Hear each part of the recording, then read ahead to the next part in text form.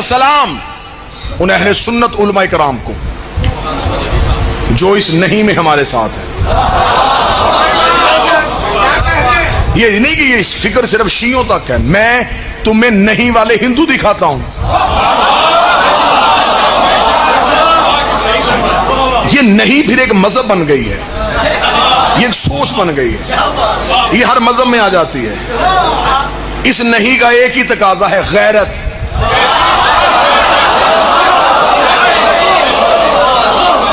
جہاں غیرت ہوگی مذہب کوئی بھی ہو، یہ نہیں اس میں چلی جائے گی.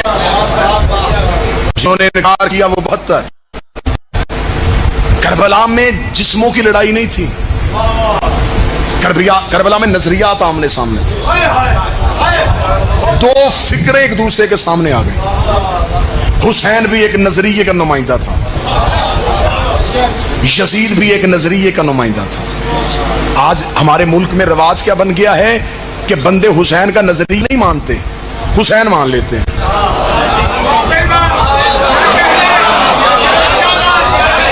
میں مثال دے دیتا ہوں، میں آپ کے معاشرے میں رہتا ہوں، میں مثال دے دیتا ہوں. نظریے کی حمایت نہیں کرنی. محرم کے دن آئے، 2 کالے سوٹ سلوائے، 4 دن مجلسوں پہ گئے، 2 پانی کی سبیلیں، 6 حلیم کی دیگیں، اور کہہ دیا ہم حسینی.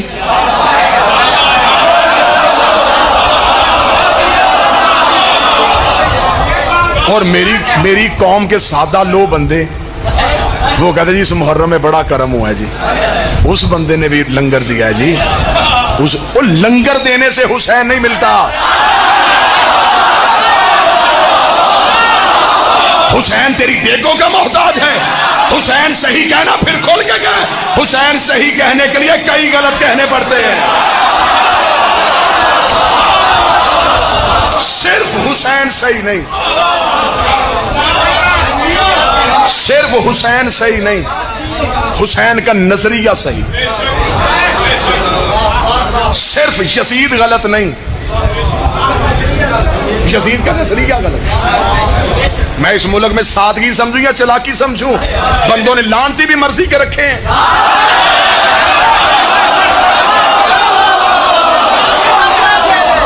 کہ بعض یزید پہ لعنت کر کے بری ذمہ نہ، یزید پہ لعنت کرنی ہے تو پھر یزید کو اس نظریے پہ لعنت کر، اس پورے نظام کی مخالفت کر جس نظام کی وجہ سے وہ یزید بنا تھا. یہ جو میں قانون کا طالب علم ہوں، یہ جو ہوتے ہیں نا جی پیشہ ور قاتل، ان کا ایک طریقہ کار ہوتا ہے. یہ قتل زیادہ بندے کرتے ہیں، اقرار ایک سے کرواتے ہیں.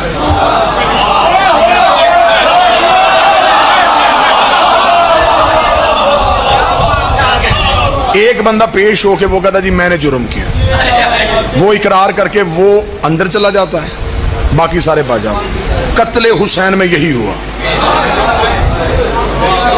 انہوں نے صرف یزید پیش کر دیا، بد کردار جو تھا، بد کماش تھا، انہوں نے کہا جی یہ لے لیں، یہ ہے حسین کا قاتل، باقی کوئی نہیں دینا. نہ سنیے گا، انویسٹیگیشن کرنے والے اداروں کا ایک طریقہ کار ہوتا ہے کہ وہ تفتیش کا آغاز ہی یہاں سے کرتے ہیں. وہ کہتے ہیں نہیں نہیں نہیں نہیں نہیں، یہ اکیلا قاتل نہیں، اس کے پیچھے بھی کوئی ہے. پھر وہ انویسٹیگیشن کرتے ہوئے پوچھتے ہیں کہ تجھے تیرا ذہن کس نے بنایا تھا، تجھے وہاں چھوڑ کے کون گیا تھا، تجھے آلہ قتل کس نے دیا تھا، تجھے جائے واردات سے اٹھایا کس نے تھا، تجھے موقع پہ پہنچایا کس نے تھا. ہم بھی قتل حسین میں تفتیش مانگ رہے ہیں. ہمیں بھی بتاؤ یزید کا سہولت کار کون تھا.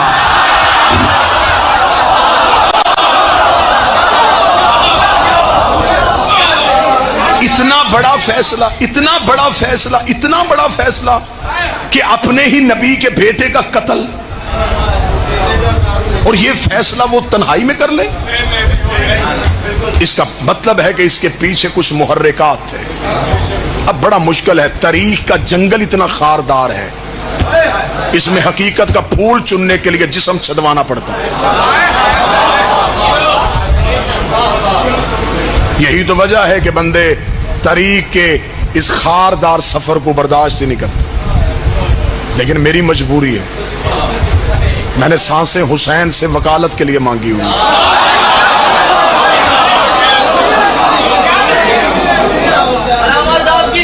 امام زمانہ کی صحت و سلامتی کے لیے، امام زمان کی صحت و سلامتی کے لیے، ولی العصر کی صحت و سلامتی کے لیے۔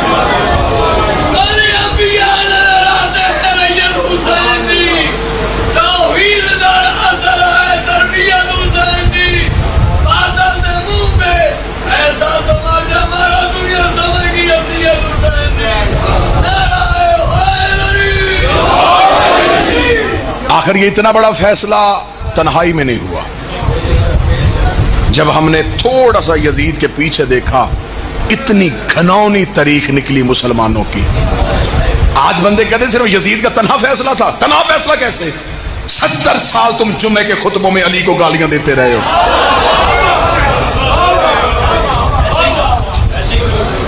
جمعے کے خطبے کے ممبروں پہ علی کو گالیاں دی جاتی رہی۔ 70 سال میں تم نے حسین کے قاتل جوان کیے ہیں۔ یہ 9 لاکھ بندہ اچانک آ گیا تھا کربلا میں؟ یہ اس 70 سال کی پیداوار ہے جو علی کی دشمنی میں تم نے نسلیں پروان چڑھائی تھی، علی کی دشمنی میں جن لوگوں کی تم نے تربیت کی تھی۔ آج ہمیں کہتے ہو کہ فلاں کی عزت کر لو، اس بندے کی عزت کرو۔ کیسے کریں؟ میرے باپ کو گالی دے، میں قیامت تک اس سے صلح نہ کروں، اور کوئی میرے پیر کو گالی دے۔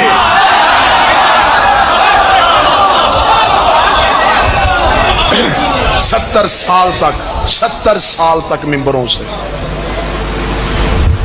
علی کو جمعے کے خطبوں میں عبادت سمجھ کے گالیاں دی جاتی ہیں۔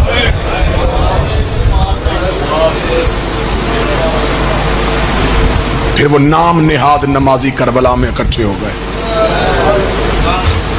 انہوں نے لاٹھیوں سے مارا حسین کو۔ میں بادشاہ حسین کی عزت کی قسم کھا کے کہہ رہا ہوں، میں ممبر پہ کھڑا ہوں۔ میرے 5ویں امام نے مدینے میں آ کے رو کے کہا تھا میرے دادے حسین کو لاٹھیوں سے مارا گیا۔ ایک صحابی نے کہا مولا جنگ تلواروں سے ہوتی ہے، یہ لاٹھیاں لے کے کربلا میں کیوں آئے تھے؟ باقر نے روکے کا 400 بے غیرت جمعہ پڑھانے کے لیے آیا ہوا تھا، ان کے ہاتھوں میں لاٹھیاں تھیں، انہوں نے جمعے کی نماز سے فارغ ہو کے لاٹھیوں سے مارا بطول کے بیٹے۔ نمازی مار رہے تھے اور نماز قتل ہو رہی تھی، قاری مار رہے تھے اور قرآن ذبح ہو رہا تھا۔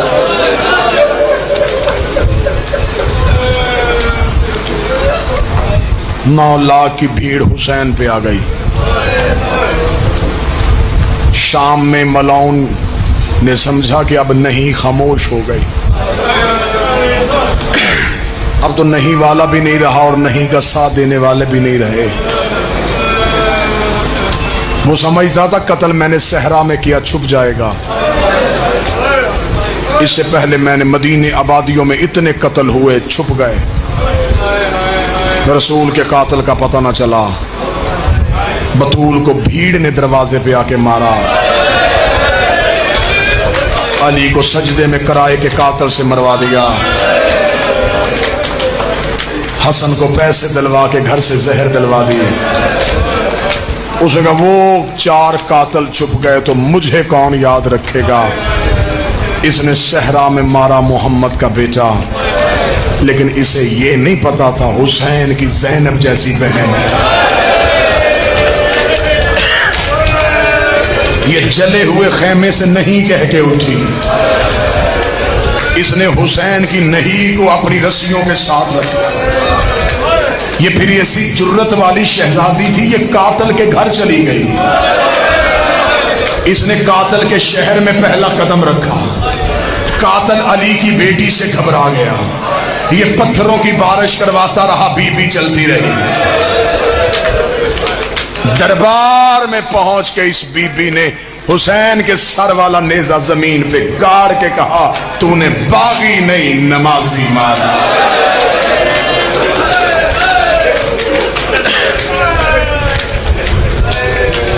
آج پتہ چلتا وہاں جلوس تھا، پتھراؤ ہو گیا، وہاں ماتمی نکلے تھے، ان کا رستہ روک لیا۔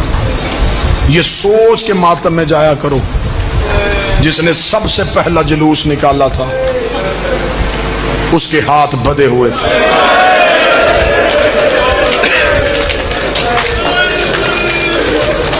یہ پتھروں کی بارش سے گزری تھی. مجلس میں اعلان ہوتا ہے، مجلس کے بعد یہاں سے جلوس برآمد ہو کے اپنے مقررہ راستوں سے ہوتا ہوا واپس اسی امام بارگاہ میں اختتام پذیر ہوگا. جو پہلا جلوس بہن نے نکالا وہ شام کے بازاروں سے ہوتا ہوا زندان میں تھوڑی دیر رکا، پھر واپس آ کے قبر محمد پہ اختتام پذیر ہوا. لیکن جب جلوس قبر رسول پہ پہنچا تو ماتمی زخمی ہو گئے.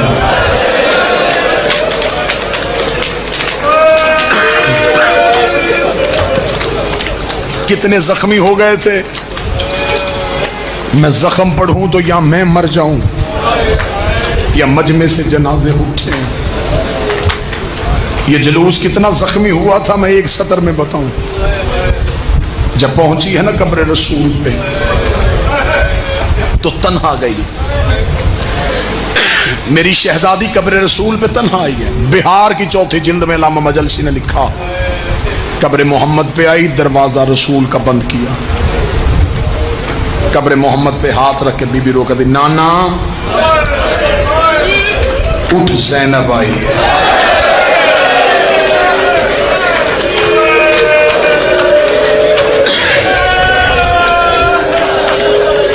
نوحے کی دوسری سطر سنو گے؟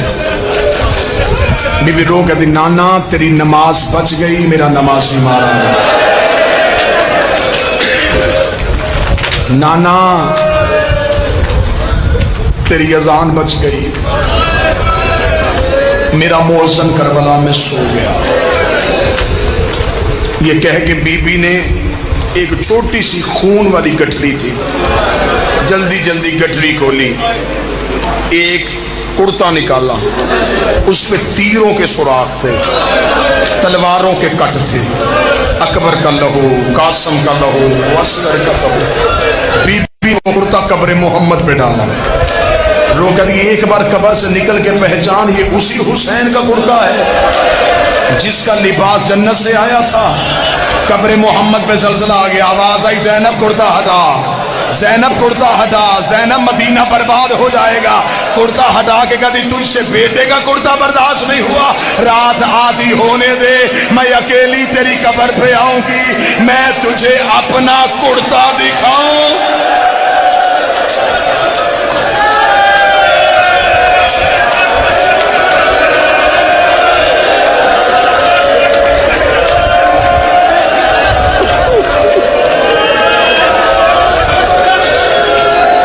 نانا تجھ سے بیٹے کا لباس برداشت نہیں ہوا، نانا تیری بیٹیوں کو انہوں نے مارا.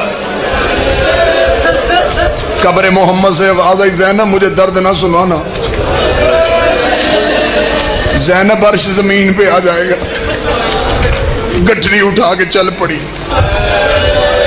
حسن کی قبر پہ آ کے کہتی قاسم کا پرسا ہو، اگر کہے تو بہن تجھے درد سنا دے. حسن کی قبر سے آواز آئی زینب مجھے درد نہ سنا. نہ نانے نے سنے نہ بھائی نے سنے، ماں کی کچی قبر پہ نظر پڑی. رو کے کہتی مائیں تو بیٹیوں کی سن لیتی ہیں، اماں میں نے تو سب کے درد سنے تھے، اماں میں نے تیرے پہلو میں پٹیاں باندھی، اماں میں نے بابے کے سر پہ پٹیاں باندھی، اماں میں نے حسن کے جنازے سے تیر کھینچے، اماں میں کربلا میں لاشیں اٹھاتی رہی، اماں میں نے سب کی سنی، میری کوئی بھی نہیں سن رہا. اتنا کہنا تھا بطول کی قبر تڑپی، آواز آئی بیٹھ جا. نہ کسی کو سنا مجھے سنا. میں کیسے پڑھوں تو کیسے برداشت کرے. ماں کی کچی قبر کو ساتھ لگایا. ہے اماں تو درد سنے گی؟ زینب میں سنوں گی.